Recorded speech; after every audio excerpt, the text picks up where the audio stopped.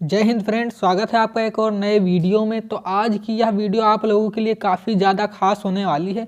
आज की इस वीडियो हम बात करेंगे ज्योति जवाहर खंडकाव्य के नायक का चरित्र चित्रण आप अपनी एग्जाम की कॉपी में कैसे लिखेंगे ताकि आपको यह 3 नंबर में पूछा जाता है, पूरे के पूरे 3 नंबर आपको प्राप्त हो सकें। आपको किस प्रकार से अपने बोर्ड एग्जाम की कॉपी में आपको इसे लिखना है और कौन कौन सी गलतियां नहीं करनी है, कौन कौन सी बातों को आपको इस खंडकाव्य लिखते समय ध्यान में रखना है, उन सभी की चर्चा आज की इस वीडियो में होगी। बस आपसे एक अनुरोध है कि आप यह वीडियो अंत तक जरूर देखें। तो सबसे पहले हमें क्या करना है, सबसे पहले हमें यह करना है कि जो यह खंडकाव्य पूछा गया है ज्योति जवाहर खंडकाव्य के नायक का चरित्र चित्रण, जिस प्रश्न पर पूछा गया है, क्वेश्चन जो पेपर मिलेगा आपको उसमें जिस नंबर पर यह पूछा गया है ऐसे ही डाल देना हेडिंग। प्रश्नोत्तर संख्या चाहे 10 हो, चाहे 12 हो, चाहे जितना हो, ऐसे डाल देना प्रश्नोत्तर संख्या 12। उसमें हर जिले का अलग अलग खंडकाव्य रहता है। किसी जिले के किसी जिले का जो खंडकाव्य है वो का पर रहता है, किसी जिले का खा पर रहता है, कहीं का ऐसे ही आगे आगे रहता है। तो इसलिए अब आपका जिस नंबर पर हो उसी को ऐसे डाल देना है। 12 का खा है या 12 का गा है, 12 का घा है, कुछ भी जो है आपको ऐसे ही डाल देना है। अच्छे राइटिंग में देखिए मैंने कैसे डाला, आपको ऐसे ही डालना है।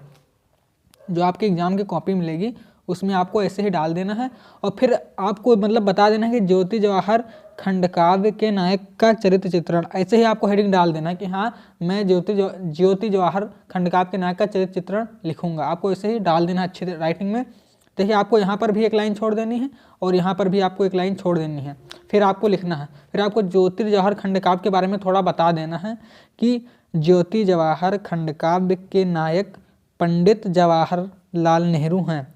आपको बता देना है इसे, नेहरू जी को खंडकाव्य में युगावतार लोकनायक के रूप में प्रस्तुत किया गया है।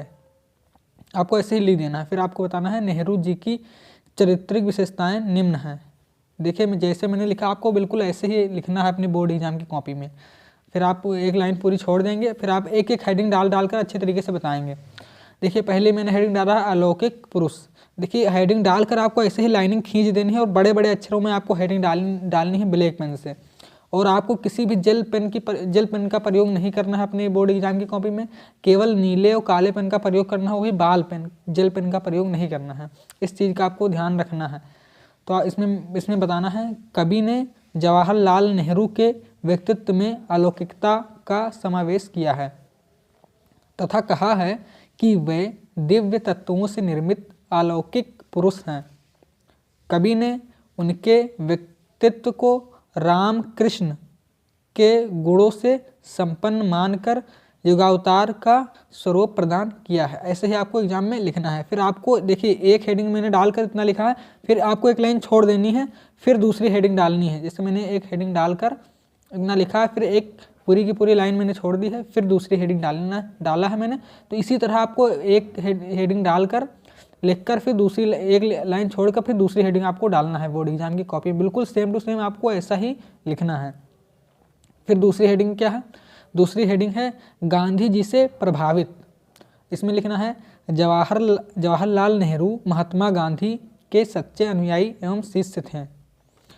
उन्हें गांधी से सत्य, अहिंसा, उदारता, मानव प्रेम, करुणा का आशीर्वाद उसी प्रकार प्राप्त हुआ था जैसे राम को वशिष्ठ का शुभाशीष प्राप्त हुआ था। ऐसे आपको लिख देना है। फिर आपको आगे बताना है, उन्होंने गांधी जी के कर्म सिद्धांत से प्रेरणा पाकर अपने जीवन को कर्ममय बनाया है। देखिए आपको ऐसे ही लिखना है, ज़्यादा कुछ काट पीट नहीं करना है, बिल्कुल ऐसे ही लिखना है साफ साफ। और अक्षरों के बीच में दूरी आपको रखनी है। जैसे मैंने देख लीजिए यहाँ पर थोड़ी दूरी, 1 मिनट की दूरी है, फिर ऐसे आपको वहाँ पर दूरी रखनी है, अच्छे से लिखना है। क्योंकि वहाँ पर अगर आपकी एक कॉपी फुल हो जाती है तो बी कॉपी आपको मिल जाएगी, कोई उसमें दिक्कत नहीं, आपको अच्छे तरीके से लिखना है। तो बढ़ते हैं अगली। तो अगली हेडिंग हमारी है राष्ट्रीय भावों के प्रेरक। राष्ट्रीय भावों के प्रेरक आपको ऐसे हेडिंग डालनी है। फिर इसमें आपको लिखना है, जवाहरलाल नेहरू का व्यक्तित्व भारतीयों को राष्ट्रीय भावनाओं की प्रेरणा देने वाला है। उनके व्यक्तित्व में अशोक की युद्ध नीति, बुद्ध की करुणा, महावीर की अहिंसा, महाराणा प्रताप का स्वाभिमान, मैंने प्रताप खाली लिखा है, स्वाभिमान, शिवाजी की देशभक्ति और विवेकानंद के आत्मदर्शन की झलक दिखाई पड़ती है। देखिए मैंने इसमें जेल पेन का प्रयोग किया है, इसलिए यहाँ पर देखिए पीछे का थोड़ा दिख रहा है। आपको एग्जाम में जेल पेन का प्रयोग बिल्कुल नहीं करना है। तो आपको अगली हेडिंग डालनी है। अगली हेडिंग डालने से पहले आपको एक लाइन छोड़नी है, फिर अगली हेडिंग डालनी है और अच्छे तरीके से आपको इसे पॉइंट कर देना है और पटरी से खींच देना है लाइनिंग। तो इसमें बताना है स्वाधीनता सेनानी। प्रस्तुत खंडकाव्य में कवि ने वीर जवाहर को एक उत्कृष्ट देशभक्त और अज्ञेय स्वाधीनता सेनानी के रूप में चित्रित किया है। महाराष्ट्र इस युग पुरुष को शिवाजी की तलवार के रूप में शक्ति सौंपता है, जिससे वह विदेशी शक्तियों से लोहा ले सके। और राजस्थान जो है, राजस्थान इस वीर सेनानी को आन पर मिटने की अदा और संघर्षों से जूझने की मस्ती प्रदान की है। आपको इसे लिख देना है, ठीक है। फिर आपको अगली हेडिंग डालनी है दृढ़ पुरुष आपको डालना है अगली हेडिंग। अच्छे तरीके से डाल देना है। फिर इसमें आपको बताना है नायक जवाहरलाल में कठिनाइयों में धैर्य करने की अद्भुत क्षमता है। फिर इसमें कोटेशन आपको डाल देना है। देखिए आपको कोटेशन आता है तो आप कोटेशन का जरूर से ज़रूर प्रयोग करें और अच्छे कोटेशन आप याद करके अपने जो भी टॉपिक पर हो उसे डाल दिया करिए। तो इसमें मैंने कोटेशन लिया है, कांटों की नोकों पर खिलना मेरे जीवन की शैली है, मेरी दिनचर्या पर्वत से लेकर जंगल तक फैली है। आपको कोटेशन को याद कर लेना है, क्योंकि जब आप कोटेशन को डालेंगे तो एग्जाम में उससे ज़्यादा प्रभावित होता है और आपको पूरे के पूरे नंबर देता है। तो आपको कोटेशन का प्रयोग करना है। तो अगली हेडिंग हमारी है, तो अगली हेडिंग आपको डालना है नीतिज्ञ एवं स्वाभिमानी। आपको हेडिंग अच्छे तरीके से डाल देना है। फिर इसमें लिखना है नेहरू जी महान राजनीतिज्ञ हैं, यह गुण उन्हें चाणक्य से प्राप्त हुआ था, जिसके सम्मुख सिकंदर जैसा विश्व विजेता भी मात खा गया था। उन्होंने राजा पारेस से स्वाभिमान का पाठ पढ़ा, जिससे सिकंदर को स्वाभिमान का पाठ सिखाया था, जिसने सिकंदर को स्वाभिमान का पाठ सिखाया था। आपको ये भी लिख देना है। फिर आपको अगली हेडिंग डालनी है। तो अगली जो हमारी हेडिंग है वो है नवराष्ट्र के निर्माता। अगली हेडिंग आपको डालनी है नवराष्ट्र के निर्माता। तो इसमें लिखना है भारत को स्वतंत्र करने के पश्चात नए राष्ट्र का निर्माण करने वालों में जवाहरलाल नेहरू का नाम अग्रण्य है। आपको बताना है जवाहरलाल नेहरू का नाम आगे है, ठीक है। फिर आपको लिखना है देश का सर्वाधिक उत्थान और विकास करने के लिए उन्होंने पंचवर्षीय यानी 5 ईयर जो प्लान था, पंचवर्षीय योजनाओं का आरंभ किया। आपको इसे भी लिख देना है।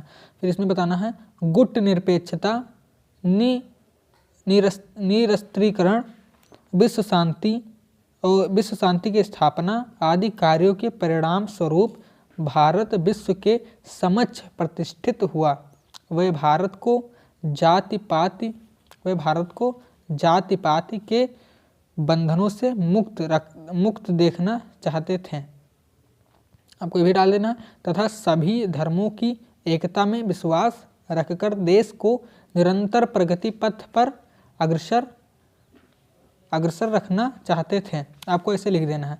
तो आप अच्छी तरीके से ऐसे ही अपने कॉपी में लिखकर प्रैक्टिस कर लीजिए और इसी तरह आप अपने बोर्ड एग्जाम की कॉपी में लिखना। अगर आप इन सब चीज़ों को ऐसे ही लिखते हैं तो आपको 3 नंबर क्या पूछा जाता है, आपको पूरे के पूरे 3 नंबर प्राप्त होंगे। आपकी बोर्ड कॉपी में अगर आप ऐसे ही लिखते हैं तो यह 3 नंबर में आता है और आपको एग्जामिनर पूरे के पूरे 3 नंबर देगा। इसमें एक भी नंबर आपका नहीं कटेगा। बस आप ऐसे ही सीक्वेंस में अच्छे तरीके से आपको लिखना है और ज़्यादा कुछ काट पीट नहीं करना है, क्योंकि आप ज़्यादा काटे पीटेंगे तो उस एग्जामिनर के मन में भाव बैठ जाता है कि नहीं ये ज़्यादा जानता वानता नहीं है और जो भी मतलब कि इधर उधर से तो नहीं लिखा हुआ है, तो इसलिए आपको काटना वाटना नहीं है और अच्छे तरीके से अच्छी राइटिंग में लिखना है और हेडिंग को बड़े अक्षरों में डालना है। जो ये हेडिंग है उसे बड़े बड़े अक्षरों में डालकर ऐसे ही लाइनिंग खींच देनी है ताकि देखने में अट्रैक्टिव लगे, एग्जामिनर तुरंत उस हेडिंग पर उसकी नज़र पड़े। तो आपको इन सब रूल को फॉलो करना है और अच्छी तरीके से इसकी प्रैक्टिस कर लेना है।